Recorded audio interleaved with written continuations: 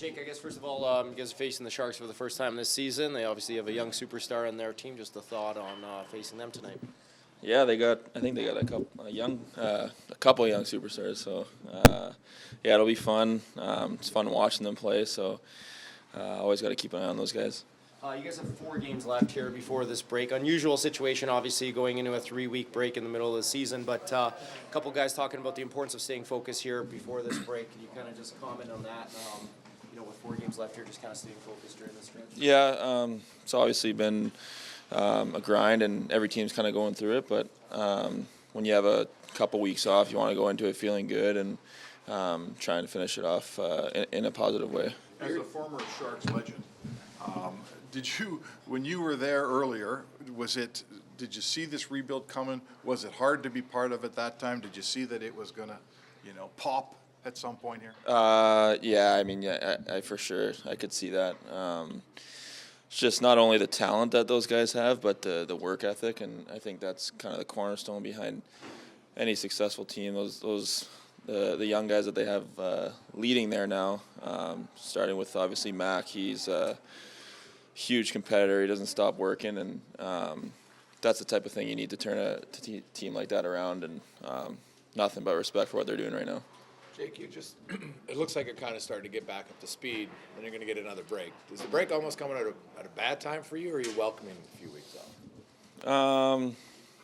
Yeah, it's a good question. I don't know. I think there's pros and cons of a break, but we want to go into the break flying and feeling good, getting some rest, and I think it's important. We've had a lot of games in a short amount of time, and same with any team. So trying to refuel for the playoff push here, and then get as many guys as we can back as possible, feeling good. I guess I bet more personally for you, because you've missed a lot of time right now. You'd mentioned it kind of takes a few games, you start to get back up to speed, and then boom, you go to the beach for a week.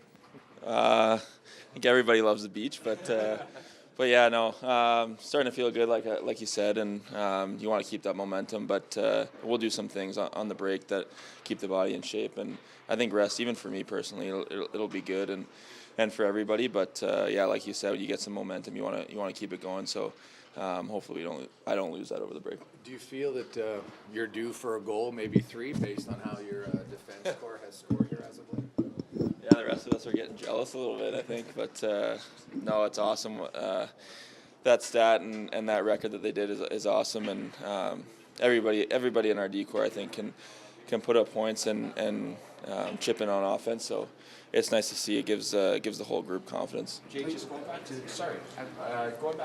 Mac for a quick second. You got to see him firsthand at the start of last year. Can you maybe just talk about the progression you've seen in his game, if you've been able to watch him at all this season, just how much improvement you've seen after a stellar rookie year?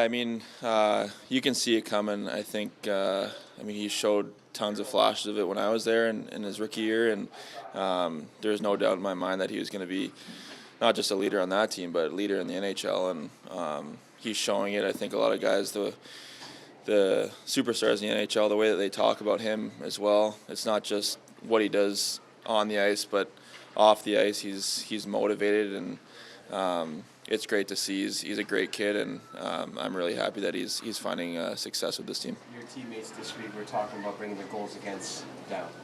Despite winning the last 2, you guys allowed 9 goals, 15 in the last 3. How do you guys do that? What's the priority for you guys as a group, Jake, beginning tonight? I think it's getting stops in the D zone. Our team up front is so powerful, and kind of getting the puck as much as we can, trying to limit the other team's time in our zone, and playing the O zone as much as we can. So just being a little tighter, doing the little things, and trying to play in their zone as much as we can. You play with a couple of all-time greats here in Connor and Leon. In Macklin, just what similarities do you see with those two? Yeah, a ton of similarities. I think the biggest thing is probably the competitiveness and wanting to win. Since I've been here with Connor and Leon, especially, these guys, all they care about is winning and doing anything they can for the team, and that's what I see in Mac. Even last year when the team wasn't winning a lot of games, he was motivating the guys and never taking a step back, kind of showing that competitiveness always. So that's what I see in him. Not only the skill, obviously he's got the skill, but the compete and the mindset to kind of want to win every single day, and that's what he brings. So you'll have the C on his jersey. Yeah, there's no doubt about that. For me, he'd be my choice if he was on my team. He'd be my choice. So I know they got a bunch of great leaders there now with Toff and kind of leading the way, and Mac's not far behind. How does a guy like that drag the team into a fight? You mentioned how Connor and Leon do that. Like, how does a guy like your best player kind of doing that drag you into a fight? Yeah, when you see a guy that wants to win so bad, doing everything he can to have success, it for sure brings everybody in the fight. And like I said, he's got the most skill.